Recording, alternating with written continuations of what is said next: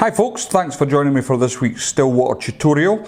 I was asked about a pattern that I posted on Facebook the other day, so I'm going to show you how to do that, and also in the same video I'm going to show you how to tie this little halo pattern as well. I just thought I'd do two for one because they're very simple patterns and it won't take me long to show you how it's done. So without further ado, let's get into it. So in the vise is a Hanak H250 barbless hook. This one's at size 8, which still fits in the competition gauge. And the thread I'm going to be using today is the Vivus GSP, and it's at 50 denier. So as ever, I'm going to add a little bit of super glue to the shank of the hook, just to get me started. So I'll use my thread just to spread that up and down the shank.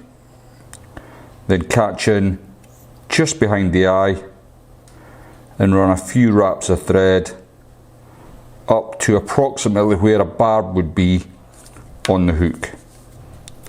Then I'm going to just snip away my waste here.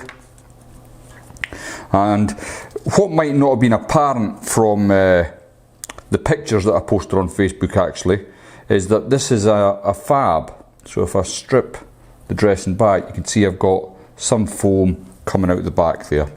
So basically I've got a foam cylinder that I cut earlier with my Gunville cutters, and if you're not sure how I do that, I'll put a little information bar up to shows you how I form booby eyes and I come up with these tubes. So once you've got your tube, simply cut it in half, put the other half to the side for your next fly, and what I want to do is cut this in half, but not all the way. So what I've formed is half a booby tube with a split in it. Now with the Vivus thread, you've got to be very careful. It tends to cut through foam if you don't take care with it. So I'm going to dress up my tube on top of the shank, just slightly past the bend of the hook, and I'm going to catch it in with a pinch and loop, just gently. Then I'm going to come up the tube a little bit, and I'm still just gently putting pressure on it. Once you've got it to where you want it, you can then take away your excess and just tidy all that up.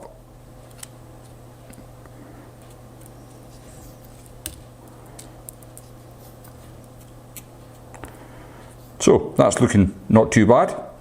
Now what I'm using, the white stuff, many people asked about this. This is from FNF, and it's the Block 30 in Flow White. So I've already taken a bit out the packet, and all I'm going to do is remove some of the strands to expose the core.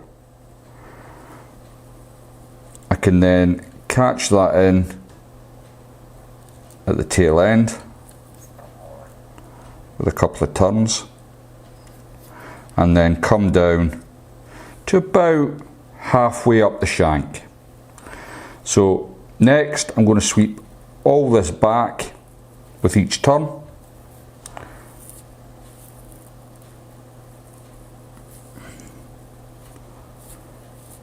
and then just get the fibres out so that it flows. Again, all the way back until I reach my thread. Now once I've reached my thread, try and just make sure you get all them fibres coming back, and then get a couple of locking turns over the top, locking down this bit of the fritz, pull everything back, and then come in front. Now don't cut away this. You're going to need it. Next I've got some, this is again, it's an FNF Fritz, it's the 10mm Hulk green, and I've lost the packet, so apologies for that, but it's definitely FNF. And again I'm going to expose the core, so I've got a little bit to work with. pull all the other fibres out the way, catch that into place.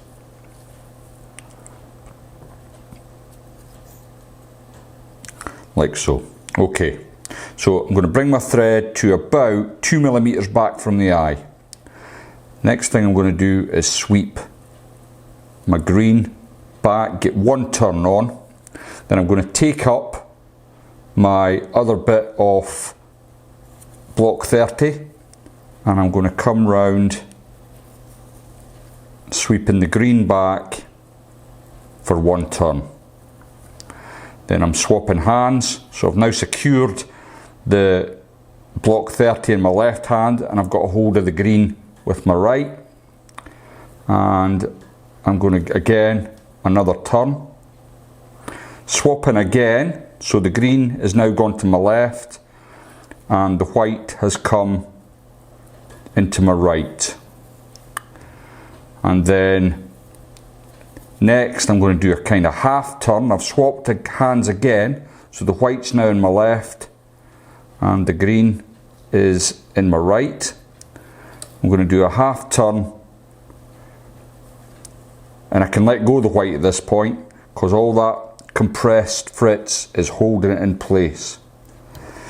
So I can get a half turn with my green fritz and holding it into place. I've got a couple of locking turns over the back there, and I'm now going to come in front. So I've come in front of the fritz there, and I'm just going to come in and remove my excess material. So I can then pick up my block 30 and I can come in with one turn over the top, just try and get some of them fibres to pull back and then lock it into place with a couple of turns of thread. Once you've got that locked in, lick your thumb and forefinger, bring everything back behind the eye. Something's just sneaked forward there, I can see it. Bear with me, it's misbehaving. So bring that all back, get a few turns in. Whoops, sorry. Just drop the bob in there. And then if you want, you can whip finish. I'm going to just put a couple of half hitches in and snap my thread away. Okay, next I can come in and simply remove any excess material. Now that's the finished fly. I'm just going to add a tiny spot of super glue just to secure my thread, and there we go, job's a good one. Now what I would say is that doesn't look very much like this at the moment.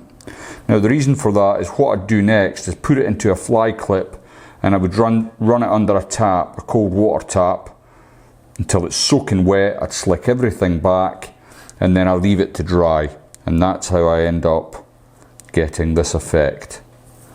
And of course you can always go over it with a brush, depending on how fussy you are about the whole affair. I heard a few people saying, well, I like to get them wet when I throw them in the water to catch fish, and that's all fine and well, but I'm a bit OCD, so every fly gets a soaking, so I see it wet, then it goes in the box. So that's that one. I'll stick that to the side. So just quickly, I'm going to show you how to do this little halo here. So again, it's the same principle. It's not particularly hard. I'm using the same hook, so it's a Hanak 250 barbless hook at size 8.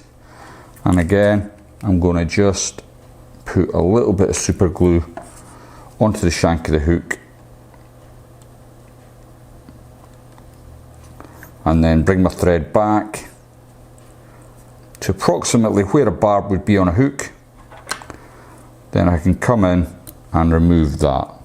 Now the Block 30 was a bit of a challenge, but this is a bit easier. So again, it's the FNF Fritz and it's the Flow Milk. The other Fritz I'm going to use with this to get the halo effect is the FNF Magma 10mm.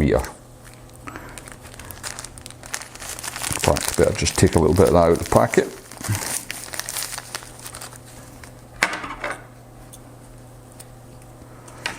Poorly prepared by me there. So, first thing then is expose the core. Always easier to remove the Fritz when you're catching in your core and get it secured in. Now I've come approximately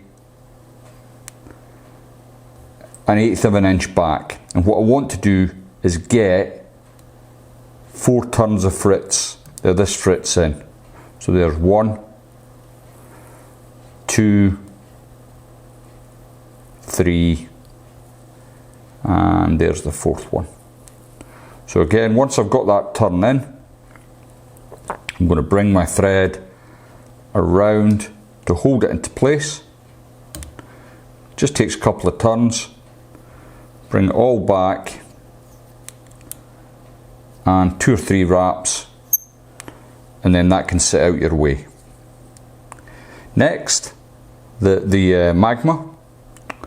Just get the right end. Again, I'm going to just try and remove a bit of the core so I can catch it in.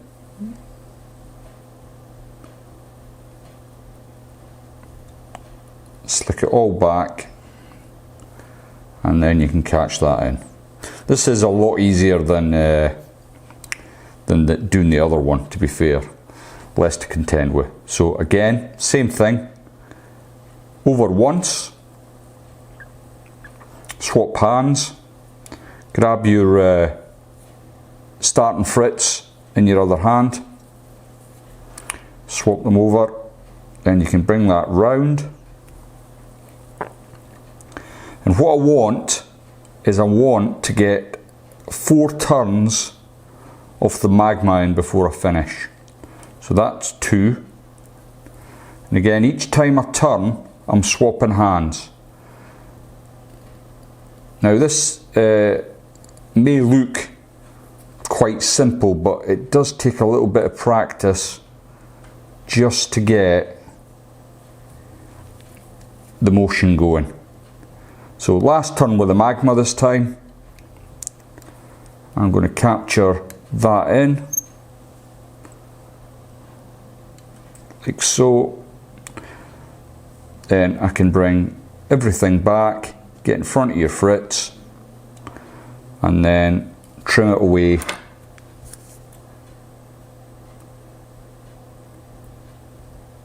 like so.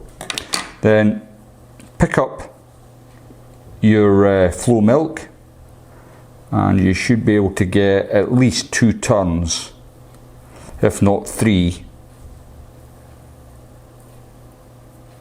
in front of the Magma. Then I'm going to capture that in with a couple of turns, slick it all back. It does help to wet your thumb and forefinger, I haven't done it there.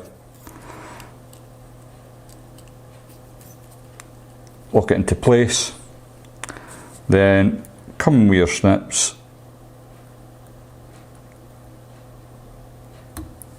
remove your excess. Okay, once that's done, I'm going to lick my thumb and forefinger this time, slick it all back,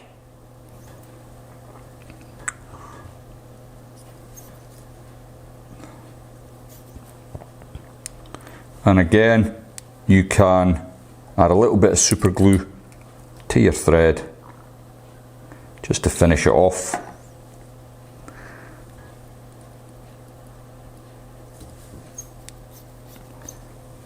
And the job's a good one. Now again, with this, it'll go under a tap, under a cold water tap, and be soaked. And I don't know how well you can see here, so this is one that I've done earlier, and some of the dye has come out the magma and it's just coated the flow milk in the very slightest of colour, and it gives it an amazing effect, which you don't really see here, but you'll see better in the photograph. But there we go, that's up to your imagination. You know, you can use orange with a lighter orange inside or a darker orange. It really is up to yourself. But that's how the halo's tied, and obviously that's the little pattern that I'd posted on Facebook that people were asking about. I hope that was of some use to you. If you haven't yet subscribed to the channel, please consider doing so. It really helps, and I'll see you all next time.